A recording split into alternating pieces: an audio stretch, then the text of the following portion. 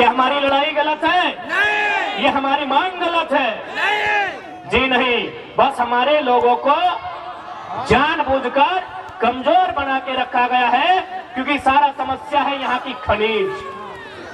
स्थानीयता के मुद्दे से आए थे, और यदि हम लोग स्थानीयता की बात नहीं करें तो शायद बेईमानी होगी।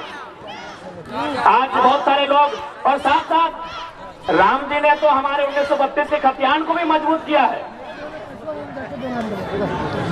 राम जी ने हमारे 1932 के खतियान को भी मजबूत किया है। अब आप बोलेंगे कैसे? राम जी का विवाद कब का है? 1528 का है। समाधान कब हुआ? 21वीं सदी में। समाधान किन्होंने करवाया? लोकतंत्र ने। लोकतंत्र ने। तो भाई, जब मुगलों के काल की समस्या का समाधान लोकतंत्र में हो सकता है, तो हम तो अंग्रेजों की काल की समस्या का समाधान मांग रहे हैं। हम तो अंग्रेजों की काल की समस्या का समाधान मांग रहे हैं।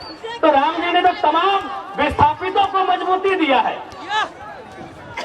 तमाम विस्थापितों को, जिनका जमीन 50 साल पहले टाटा ने लिया है, डीवीसी ने लिया है, वेदांता ने लिया है, सीसीएल ने लिया है, बीसीसीएल ने लिया है, ईसीएल ने लिया है, एचईसी ने लिया है, हिंडाल्को ने लिया है, मगध, आम्रपाली, एनटीपीसी ने लिया है, 50 साल पहले लिया है।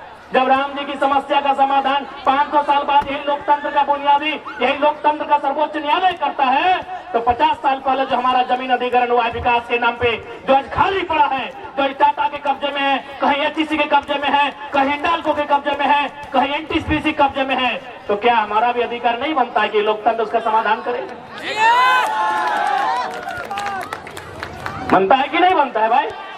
हमारे भी बाप दादा ने मात्र 50 साल पहले जमीन दिया है। एनटीपीसी को दिया है कोयला खोदने के लिए, मगध, आम्रपाली को दिया है, टंडवा में दिया है, पिपरवार में दिया है, राय बचरा में दिया है, बड़का गांव में दिया है, गोंदलपुरा में देने वाले हैं, लेने वाले हैं। वो कर्फ्यू का माहौल है। यही बिशुनगढ़ में कोणार्क डैम के माध्यम से दिए हैं। तो हमें भी इस लोकतंत्र में उतनी ही आस्था है। तो हमारी भी जो जमीनें, क्योंकि भारत का कानून भी कहता है, यदि किसी कंपनी ने, किसी फैक्ट्री ने आपसे जमीन अधिग्रहण किया है और उस जमीन पर अगर कोई काम नहीं हो रहा है, तो बाकायदा राज्य सरकार को चाहिए वह जमीनें रैयत को वापस करना चाहिए। तो लोग कहते हैं भाई अंग्रेजों के काल का है। हमने तो बता दिया मुगल काल की समस्या का समाधान लोकतंत्र के माध्यम से हुआ। अब एक बात बताइए, जो लोग कहते हैं ये अंग्रेजों की काल की समस्या है, अंग्रेजों का कानून है, तो भारत के बुद्धिजीवी लोग बताए तो कि भारत का क्या है? भारत के क्या झाड़ू पोछा करना है? भारत के लोग हमें बताएं। हम लोग थोड़ा कम पढ़े लिखे नौजवान हैं, अभी पढ़ाई लिखाई कर ही नहीं। भारत का है क्या? अरे भारत की प्रस्तावना फ्रांस से, भारत का मौलिक अधिकार संयुक्त राज्य अमेरिका से, भारत का नीति निर्देशक आयरलैंड से, भारत के मौलिक कर्तव्य रसिया से, भारत का राष्ट्रपति संयुक्त राज्य अमेरिका से, भारत की सांसद ब्रिटेन से, भारत का संघीय ढांचा कनाडा से, भारत का आपातकाल जर्मनी से, भारत की संवर्ती सूची ऑस्ट्रेलिया से। तो 1932 अंग्रेजों का कहने चलेगा? चलेगा, एकदम चलेगा। ये व्यवस्थाएं अंग्रेजों की, ये व्यवस्थाएं अंग्रेजों की। ये हमारी लड़ाई गलत है? नहीं। ये हमारी मांग गलत है? नहीं। जी नहीं, बस हमारे लोगों को जानबूझकर कमजोर बना के रखा गया है, क्योंकि सारा समस्या है यहाँ की खनिज।